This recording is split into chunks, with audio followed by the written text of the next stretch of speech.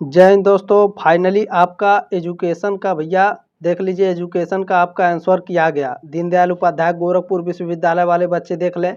Paper का नाम है एजुकेशनल एडमिनिस्ट्रेशन एंड मैनेजमेंट। आप लोगों का इतना मैसेज आ रहा था हर वीडियो पर, जितना मैं क्लास करा रहा हूँ हर क्लास पर बच्चे आप लोग कमेंट कर रहे हैं कि सर एजुकेशन का आंसर की दे दीजिए। व्हाट्सएप पर मैसेज आ रहा है, हमारे टेलीग्राम पर मैसेज आ रहा है, इंस्टाग्राम पर लोग मैसेज कर रहे हैं। तो बाबू लोग देखिए, मैंने सेकेंड सेमेस्टर वाले जो बच्चे हैं उनका क्लास रोक करके आप लोगों का क्लास करा रहा हूँ, ठीक है। तो ये आपकी जिम्मेदारी है। आपके व्हाट्सएप पर ज़रूर एक दो दोस्त ऐसे ज़रूर होंगे जो एजुकेशन पढ़ रहे होंगे, तो उनको ये क्लास भेज दीजिएगा। वो अपना आंसर की मिला लेंगे भैया, ठीक है। पेपर कोड है EDU 306, ठीक है। चलें स्टार्ट करते हैं आज की क्लास, देखते हैं। और आप किसी भी आप भारत में किसी भी यूनिवर्सिटी से हो, आप इस क्लास को अटेंड कर सकते हैं, ठीक है, जिनका एग्जाम है। बाकी जो दीनदयाल उपाध्याय गोरखपुर विश्वविद्यालय के जो बच्चे हैं भैया, वो अपना आंसर की मिला लेंगे, ठीक है। चले स्टार्ट करते हैं। पहला प्रश्न आपका क्या है? केंद्रीय शिक्षा सलाहकार परिषद का अध्यक्ष होता है, कौन होता है? मानव संसाधन विकास मंत्री होता है, ठीक है। ये ऑप्शन राइट था आपका पहले का। चलिए दूसरा प्रश्न आपका क्या पूछा गया था? राष्ट्रीय शैक्षिक अनुसंधान एवं प्रशिक्षण परिषद की स्थापना हुई थी, कब हुई थी भैया? 1961 में, ठीक है। बी ऑप्शन राइट है आपका दूसरे का। प्रश्न नंबर 3 क्या पूछा गया था? शिक्षा बिना बोझ के किस प्रतिवेदन का शीर्षक था? तो यह यशपाल समिति का शीर्षक था, ठीक है। अच्छा, यशपाल समिति 1993 में गठित हुई थी, ठीक है, ध्यान रखेंगे। डी ऑप्शन राइट है आपका तीसरे का। प्रश्न नंबर 5 क्या पूछा गया है? किसे प्रबंधन का प्रणेता माना जाता है? बताइए, किसे प्रबंधन का प्रणेता माना जाता है भैया?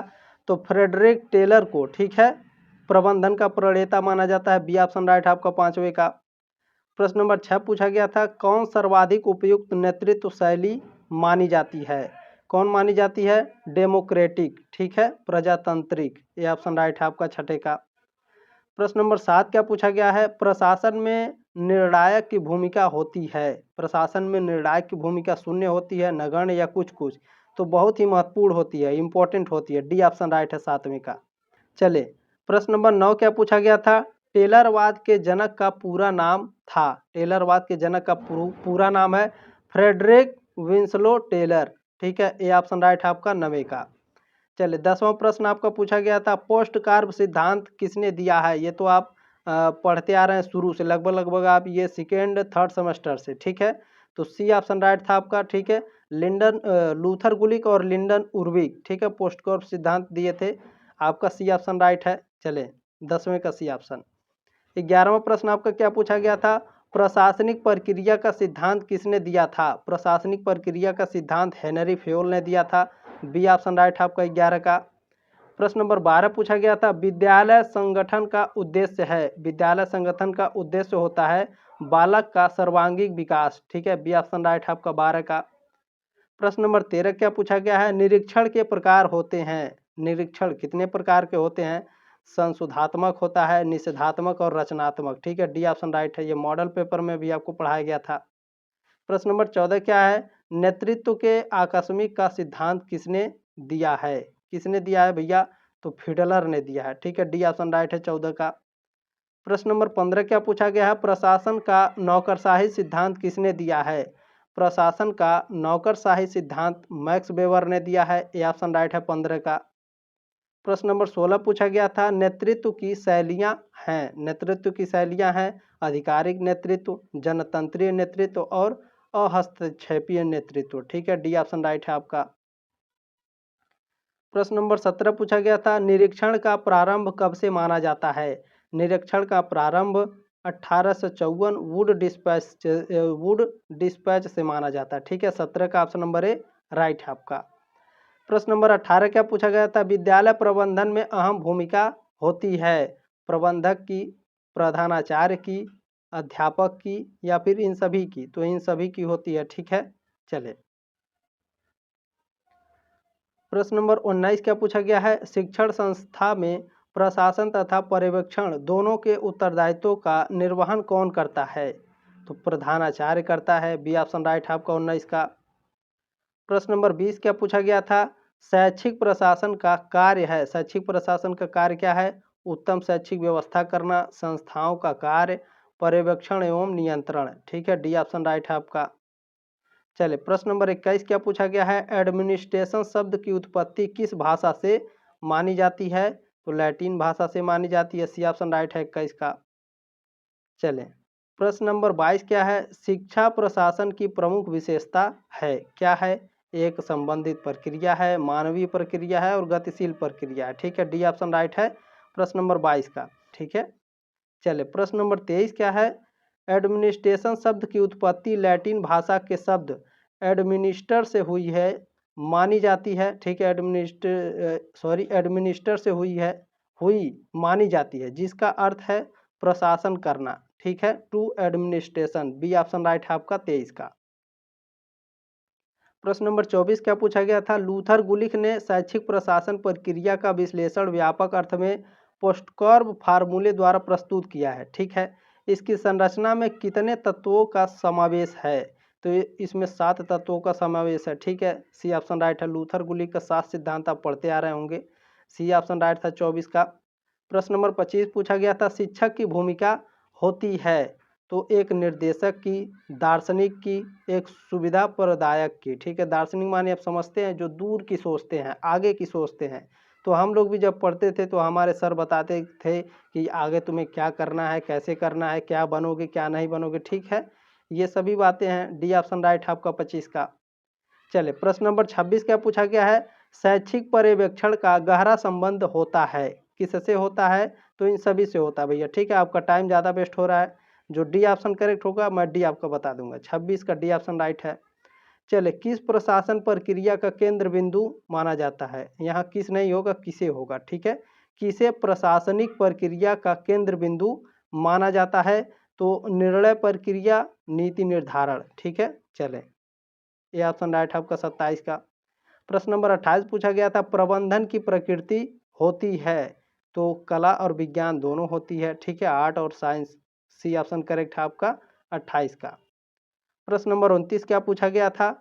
ठीक है, प्रश्न नंबर 29 पूछा गया था, विद्यालय संगठन की प्रमुख विशेषता है, तो ये सभी विशेषताएं हैं। ठीक है, डी ऑप्शन राइट है 29 का।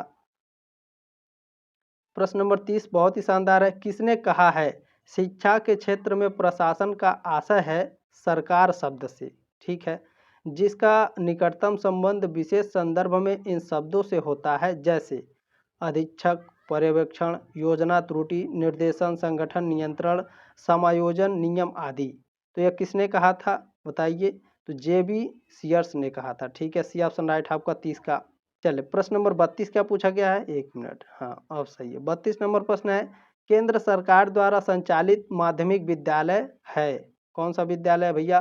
केंद्रीय माध्यमिक विद्यालय है, नवोदय विद्यालय है। ठीक है, सी ऑप्शन राइट है 32 का। प्रश्न नंबर 33 क्या है, संगठन के अंतर्गत किया जाता है, संगठन के अंतर्गत क्या किया जाता है? तो ये सभी, डी ऑप्शन राइट है। ठीक है, 33 का डी। चले प्रश्न नंबर 34 पूछा है, शिक्षा को किस सूची में सम्मिलित किया गया है? समवर्ती सूची में, सी ऑप्शन राइट है 34 का। चलें प्रश्न नंबर 35 आपका पूछा गया था, विद्यालय संगठन के प्रमुख क्षेत्र हैं, विद्यालय संगठन के प्रमुख क्षेत्र क्या है? डी ऑप्शन राइट था 35 का। ठीक है, चले प्रश्न नंबर 36 क्या है, प्रधानाचार्य किसी जहाज के कप्तान की भांति स्कूल में अपना मुख्य स्थान रखता है, किसने कहा था भैया? तो PC रेन ने कहा था, बी ऑप्शन राइट आपका 36 का।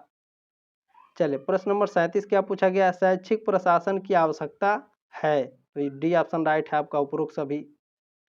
प्रश्न नंबर 39 क्या पूछा गया है, शैक्षिक प्रशासन की प्रमुख विशेषता है, क्या है? तो ये सभी। ठीक है, गतिशील प्रक्रिया, मानवीय प्रक्रिया और समन्वित प्रक्रिया। 39 का डी ऑप्शन राइट है। 40 नंबर प्रश्न है, निरीक्षण किस प्रकार की क्रिया है? निरीक्षण आपका औपचारिक और अनौपचारिक दोनों होता है। ठीक है, सी ऑप्शन राइट है। प्रश्न नंबर 42 क्या पूछा गया है, कक्षा कक्ष प्रबंधन का लक्ष्य है, क्या लक्ष्य है भैया? तो ये सभी। ठीक है, प्रभावी अनुदेशन, अकादमिक उपलब्धि संवर्धन, सकारात्मक वातावरण उत्पन्न करना। ठीक है, चले डी ऑप्शन राइट है 42 का। प्रश्न नंबर 43 क्या है, निम्न में से कौन सा शैक्षिक संसाधनों के आय का स्रोत नहीं है? सॉरी, संसाधन नहीं है, संस्थानों है। ठीक है, निम्न में से कौन सा शैक्षिक संस्थानों के आय का स्रोत नहीं, यानी स्कूल वगैरह के तो बैंक द्वारा कर्ज, ठीक है, ये भी मॉडल पेपर में पढ़ाया गया था। बी ऑप्शन राइट आपका 43 का। प्रश्न नंबर 45 पूछा गया है, विद्यालय संगठन की विशेषता है, तो ये सभी है, ठीक है, लचीलापन, सहयोग और समन्वय। डी ऑप्शन राइट है 45 का। प्रश्न नंबर 47 पूछा गया था, एक प्रभावी शैक्षिक प्रबंधन का गुण है, क्या है, प्रभावी संप्रेषण। ए ऑप्शन राइट है 47 का। प्रश्न नंबर 48 पूछा गया था, शैक्षिक प्रबंधन का उद्देश्य है, क्या है, तो ये सभी है, ठीक है, पढ़ लीजिएगा आप लोग जिनका एग्जाम नहीं हुआ है, और जिनका हो गया भैया अपना आंसर की मिला लेंगे। 49 नंबर प्रश्न है, नौकरशाही का एक प्रमुख तत्व है, क्या है, पदानुक्रमिता है, ठीक है, क्या है, पदानुक्रमिता, जिसे हायरार्की बोला जाता है साथियों, ठीक है। बी ऑप्शन राइट है 49 का।